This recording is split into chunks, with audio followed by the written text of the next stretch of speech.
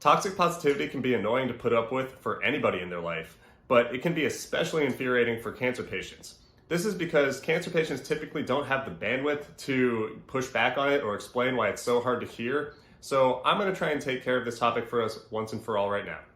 If you don't know me, my name is Mike Lynn, and I'm a stage 4 metastatic melanoma patient who just entered into remission. I make these vlogs to help with my own mental health, but mostly to create content that can help cancer patients and their loved ones create more engaging conversations about a very difficult topic, which is how to live with cancer.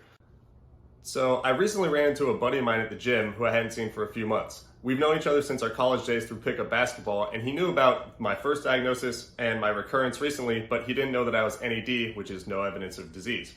So I told him about the result, and he asked me what I was going to do with my life now that I beat that shit for good. Now, keep in mind, this is someone I've known for over 15 years. He knows that I am a generally optimistic person. He knows that I am willing to talk about anything, and you can't offend me. So in response to him saying that I had beaten this for good, I said, I'll probably see it again, but for now I'm going to try and live my life. And he grabbed me, which is also very weird, and he said, bro, you got this, don't worry about it.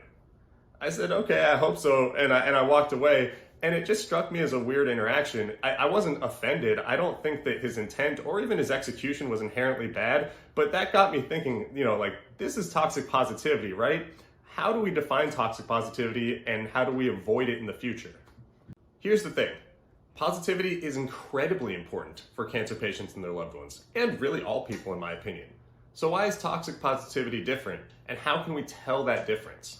Well, first of all, if there's one message you can take away from this video, or really all my videos, it's that cancer does not have one-size-fits-all solutions.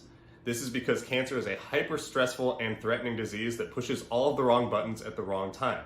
This is why the conversations are so difficult, but you need to have open and honest communication with the cancer patient so that you can supply them what they want and need rather than taking guesses and supplying what you think they might need. Because that's what toxic positivity often is. It's someone who cares or wants to be nice but doesn't really know what to say. Trust me, I get it. I was just diagnosed with stage 4 melanoma at 35, which oftentimes is a death sentence. What are my peers supposed to say to that? Like, hey, you played pretty well for a dying guy. Or like, hey, don't worry, saving about retirement, just spend all that money. You're not going to need it in the future. No, that's how you end up with, don't worry, bro, you got this. And I think that's what maybe pushed my buttons a little bit that day. It's because I think I've got this. I'm living my life to the fullest. I'm making cancer content to help other patients and their loved ones, and I'm loving every second of it. But the hardest part about cancer for me, and this has been a consistent thing for the last 5 years, is that cancer takes away so much of your freedom and your agency.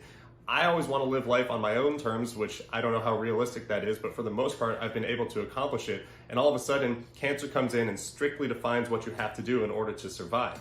So similarly, when someone comes along with toxic positivity or thoughts that aren't exactly mine as they relate to my cancer, it kind of irks me. So I want to be the one telling him, yeah, I got this, and it's not his fault. Trust me, that conversation is so normal in the scheme of things, but the underlying kind of, decision that he made about my positivity got me thinking. And that's why I'm making this vlog today, is because I have the mental bandwidth right now to talk about the difference between normal positivity and toxic positivity. And I am not encouraging anyone to withhold positive comments or be negative in any capacity. We need all the help we can get as cancer patients, and so do our loved ones. So if expressing things in a positive manner is your love language, if that makes you feel better about dealing with your friend, family, or your own cancer diagnosis, then you should do that. But you should also talk to that person first and say, hey, I want to be this positive presence in your life. Is this too much? And also, I don't think that this is something that's happening to an insane degree. I think most people are good enough at reading the room and talking to their respective loved ones. But this is something that you should be cognizant of. And if you're a patient who's running into this, please speak up about it. There's no reason that you should be dealing with a cancer diagnosis and the additional burden of hearing these comments if they bother you. So make sure you let your needs be known.